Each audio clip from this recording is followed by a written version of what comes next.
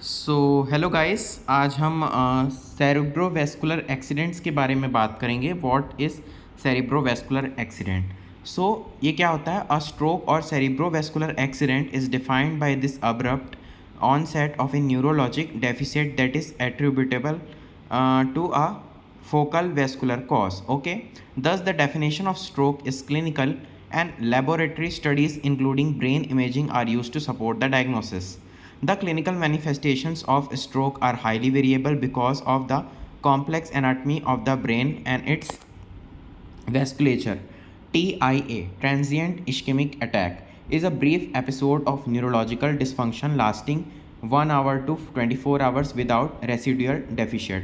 तो ये क्या होता है कि भाई एक छोटा सा एक थोड़ा वो होता है, एक न्यूरोलॉजिकल डिसफंक्शन होता है जो 1 घंटे से 24 घंटे तक रहता है।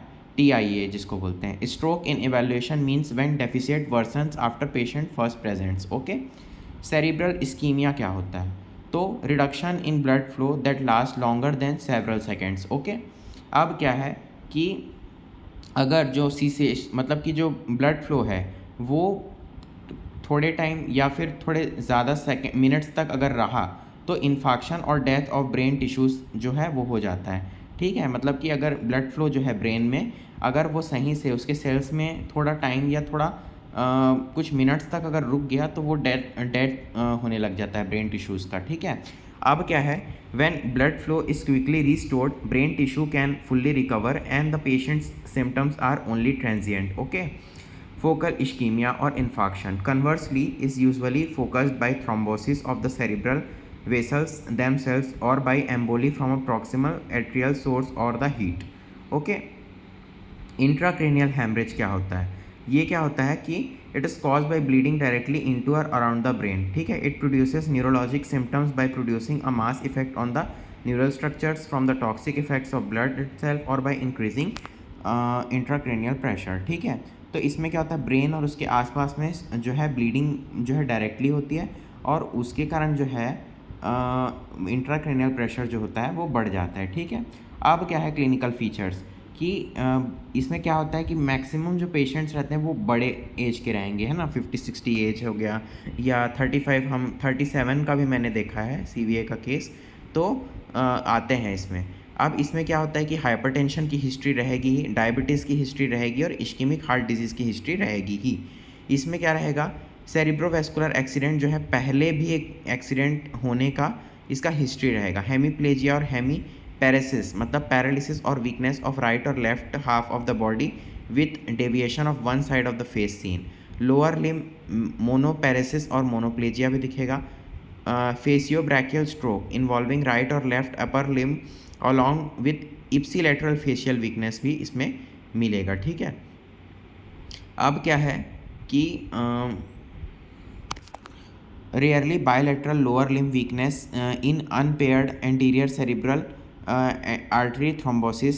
Hemiplegia or hemiparesis may be accompanied by motor aphasia, patient unable to speak, or sensory aphasia, inability to comprehend if there is cortical involvement of dominant hemisphere, right side in right side left-handed people, left-sided in 90% of right-handed people. ठीक है, transient or permanent loss of central vision due to involvement of ophthalmic artery, a branch of internal carotid artery.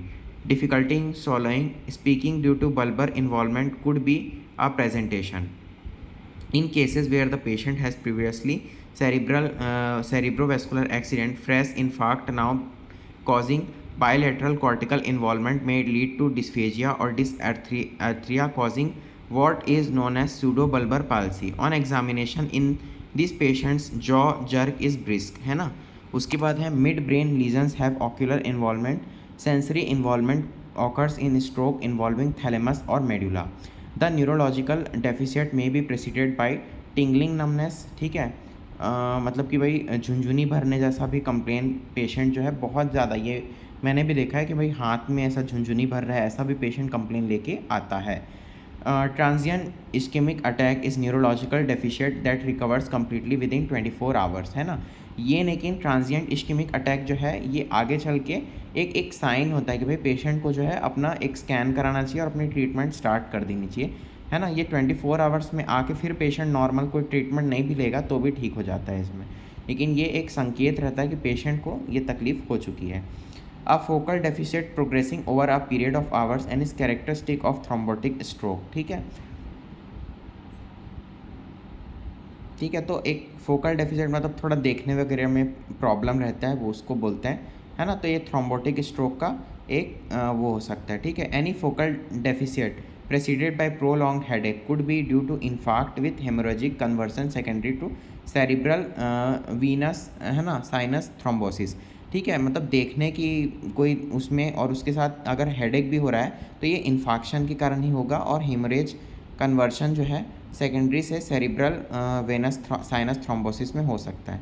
Faecal focal deficit could be accompanied by convergence, है ना, मतलब देखने में तकलीफ के साथ साथ झटके भी पेशेंट को आ सकते हैं। एग्जामिनेशन क्या क्या होगा, पेशेंट जो है उसको ब्रेडिकार्डिया होगा, मतलब हार्ट बीट कम हो जाएगी if he is on beta blockers और due to intracranial pressure secondary to cerebral oedema.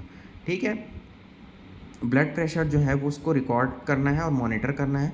The power of all 4 limbs should be graded and any improvement और deterioration in the power should be recorded. ठीक है, reflexes on the involved side are brisk and plantar reflex is extensor on the involved side. History of headache, altered sensorium, fever, vomiting, ये भी patient में दिखेगा। ठीक है, अब investigation में क्या करना है, non contrast CT brain to differentiate between infarct and hemorrhage and the site of lesion. Routine investigation like HB, CBC, ESR, liver function test, renal function test, serum electrolytes, fasting and postprandial glucose, complete lipid profile, ECG, X-ray, chest, 2D echo, especially in young patients to rule out cardiac source of embolism. Ideally, MR angiography in case of infarction due to look for the stenosis in intracranial vessels. SOS MR venography if any doubt of central cerebral venous thrombosis. ठीक है, aspiration pneumonia इसमें complication हो सकता है। Deep vein thrombosis in lower limb complicating further as pulmonary embolism, bed sore. अब इसमें treatment क्या करना है, तो ही blood pressure, blood glucose and temperature of patient of acute cerebral renal infection should be controlled.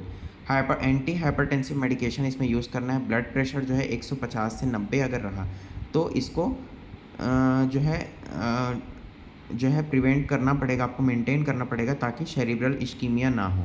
अब इसमें क्या है, आईवी मैनिटॉल 100 cc 8 आवरली आपको यूज़ करना है in cases of intra cerebral bleed in large infarcts, brain stem infarction, cerebellar lesions and all patients having altered sensorium. Serum electrolytes and urine output should be monitored on mannitol। ठीक है, तो इस प्रकार से आपको देखना है। टैबलेट एस्पिरिन है 75 से 150 mg OD after lunch should be started in case of cerebral infarction as intracranial bleed is ruled out. Tab atorvastatin 40 mg ODHS। Anti epileptics injection Eptoin 100 mg TDS इसको चलाना है if convulsions are present, but in case the bleed is large and the patient is going to be shifted to a higher center, may be advised to give anti-epileptic as the patient general condition might worsen if he gets a convulsion. Half an hour before RT feeding, domperidone should be administered. RT tube feeding in strict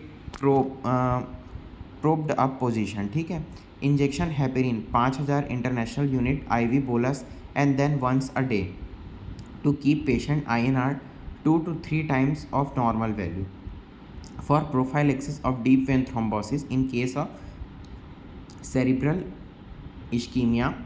ठीक है, उसके बाद है physiotherapy कराना है और इसका मतलब, ठीक है। तो इस प्रकार से क्या इसको जो है आपको देखना है, बहुत ज़्यादा ये केसेस आपको इमरजेंसी डिपार्टमेंट में मिलेंगे। सो इतना आप अगर इन चीज़ों को ध्यान रखोगे तो आप इस पेशेंट को डील कर सकते हो। एक जनरल एक था इसके बारे में, एटलीस्ट बेसिक नॉलेज आपको होना ही चाहिए। ठीक है, ये एजुकेशनल पर्पस वीडियो है, तो इससे एकदम डायरेक्ट आप ट्रीटमेंट नहीं, ये मेन पेशेंट की कंडीशन के अकॉर्डिंग आपको किसी भी पेशेंट का ट्रीटमेंट करना है। So thank you so much. आपको ये वीडियो कैसा लगा प्लीज़ कमेंट सेक्शन में बताइए, and please like, share and subscribe to our channel and keep watching our video. Thank you.